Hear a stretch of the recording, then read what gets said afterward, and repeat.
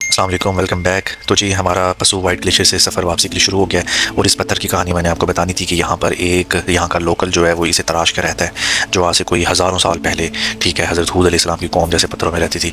तो हमारे जो ड्राइवर है उन्होंने भी ये बताया कि यहाँ भी ऐसे ही एक बंदा है जिसे तराश के इसके अंदर रहता है। तो खैर ये जी यहाँ से टेरिटरी शुरू हो गई है बोरित लेक की, ये आपको सामने नज़र आ रहा है। बोरित लेक आने का रास्ता मैंने आपको इससे पिछली एपिसोड जो थी मेरी, जो कि पशु वाइट ग्लेशियर के टाइटल से है, उसमें मैंने आपको बताया था। लेकिन खैर इसमें मैं आपको दोबारा से बता देता हूँ कि जो हुसैनी ब्रिज विलेज है वहाँ से इसका रास्ता ऊपर की तरफ निकलता है, ठीक है। वहाँ पर हमें तो ज़्यादा कोई वहाँ पर ड्राइवर हजरात नज़र नहीं आए थे, जैसे एक चौक होता है वैसा नहीं है, वैसे एक सिंपल सी रोड ऊपर की तरफ जा रही है, न्यू रोड है, ठीक है। तो वहाँ पर आपने देखना है, बहरहाल वहाँ पर डायरेक्शन लगी हुई है, तो वहाँ से आप देख सकते हैं इसका 4x4 का रास्ता उन्होंने रिकमेंड किया हुआ है।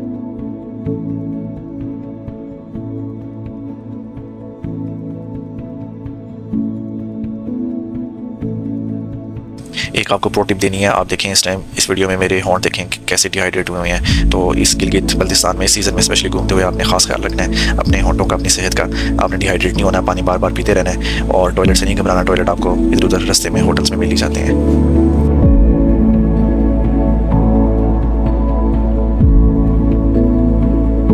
तो जी हमारे ड्राइवर ने हमें बताया कि यहाँ पर बोरित लेक पर इस सीज़न में, यानी कि ये इस टाइम मार्च का महीना है, अप्रैल का महीना है, तो इस सीज़न में यहाँ पर माइग्रेशन होती है। जैसे ही यहाँ पर गर्म सीज़न शुरू होता है तो जो रशिया की जो बतखें होती हैं, ठीक है, वो माइग्रेट करके उड़ के यहाँ आती हैं और जब यहाँ पर सर्द मौसम शुरू होता है तो वो यहाँ से उड़ के वापस चली जाती हैं। तो मैं आपको ड्रोन शॉटेज में भी मैंने दिखाया है, यहाँ आगे दिखाऊँगा कि यहाँ पर एक आधी बतख आई हुई थी, जो उन्होंने बताया मुझे ड्राइवर ने कि ये वहीं की ही बतख है।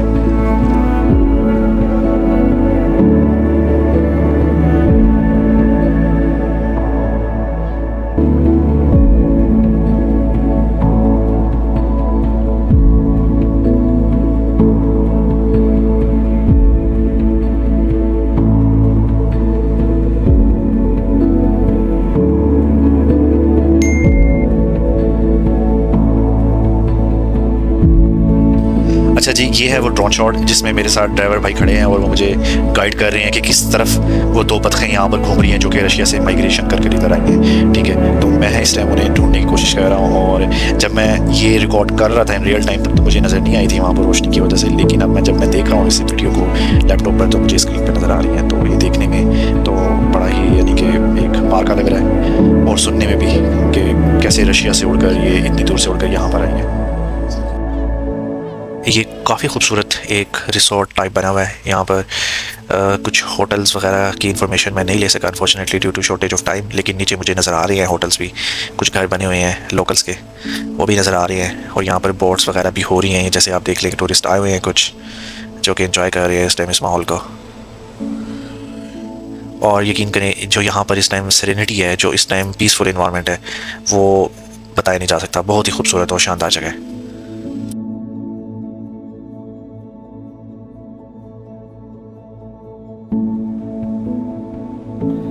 तो जी वेलकम टू बोरित लेक। तो ये है जी बोरित लेक। इससे पहले हमने देखे थे पशु वाइट ग्लेशियर और ये बोरित लेक है। और इसकी खासियत ये है कि अगर आप पूरी, अब तो हम शाम हो गई है ना, अगर आप दिन में आए जब सूरज बिल्कुल ऊपर हो तो यहाँ पर प्योर ग्रीन वाटर नज़र आता है। अगर आप इस तरफ आएंगे, थोड़ा सा इधर आओ, इधर इधर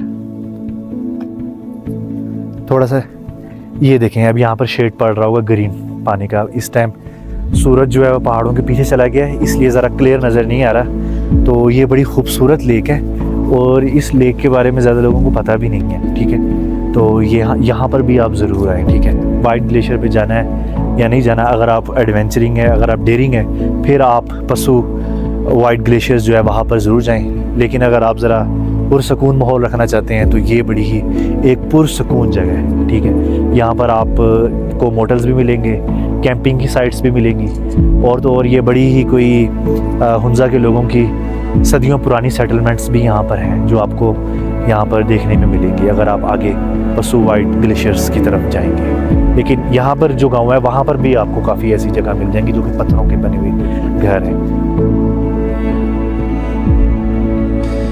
तो फाइनली अब हमारा सफ़र वापसी का शुरू हो गया और ये आप नीचे देख लें, ये सामने जो है मेरे ये कराक्रम हाईवे है और ये जो है इस टाइम मेरे सामने ये है हुसैनी ब्रिज जो है उससे रिलेटेड, उससे मुंसलिक ये हुसैनी विलेज है और यहीं से इसका रास्ता है। और ये आप देख लें कि कितनी हाइट पर हम हैं और ये सारा जिगजैग होते हुए इस टाइम हमने तकरीबन 5 से मेरे ख़्याल से 10 से 15 मिनट लगेंगे कि हम नीचे उतर जाएंगे।